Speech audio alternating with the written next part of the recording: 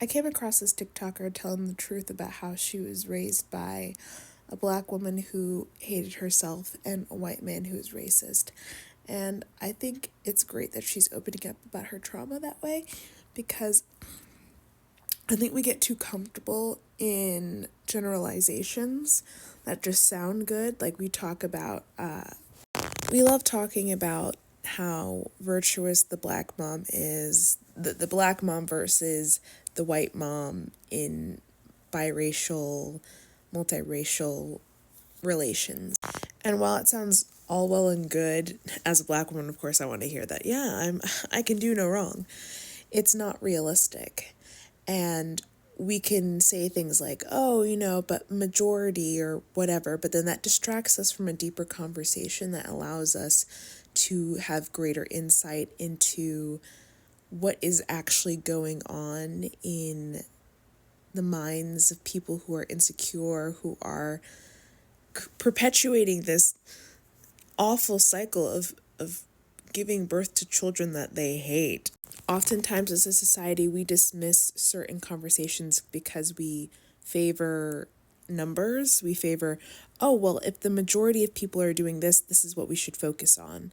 And think, oh, that 10% of the conversation or even the 30% of the conversation doesn't matter because it's not the majority.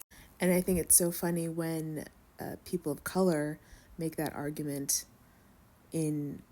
from countries where they are considered a minority, that, oh, focusing on a majority statistic will lead to knowing the full truth.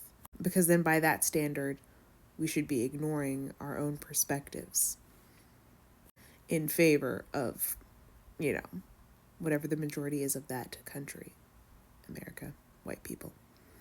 I think a lot of white people too want to nod and agree instead of engaging in critical thinking that might say, hey, maybe I should consider this perspective, not just say, oh yes, black women are amazing, period, but think, hey, maybe black men and women have internal struggles with internalized racism, and maybe I shouldn't date that person that is so excited to be with me. Maybe there's something else to that. Because yes, there is accountability that must be taken by black people who have internalized racism, and they need to stop dating outside of their race as a way to erase themselves. But also, I think the people who are not black also need to keep their eyes open to black people who are hating themselves and wanting to erase themselves with their DNA, which of course is impossible, but we see breeding, procreation as a way of living past ourselves. And by we, I don't mean like we as individuals, but we generally as a society.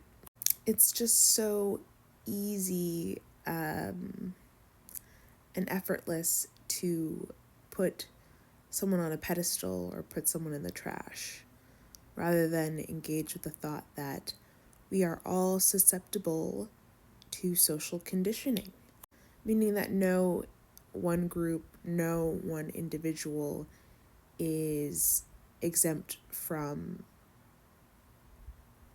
criticism, scrutiny, thoughtful engagement of their own actions and behaviors. In summation, I think it's very trendy.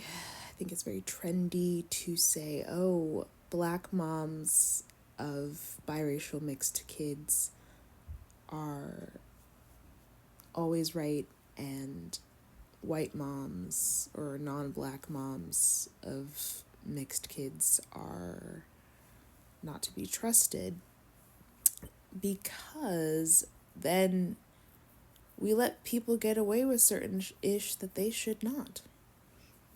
And really, it's a case-by-case situation. And understanding or noting the majority of cases doesn't prove causation. It's correlation versus causation. There's a correlation, but it doesn't speak to a greater root issue. The root issue being anti-blackness. You can be anti-black no matter what race you are. And that's the real concern, figuring out who is anti-black.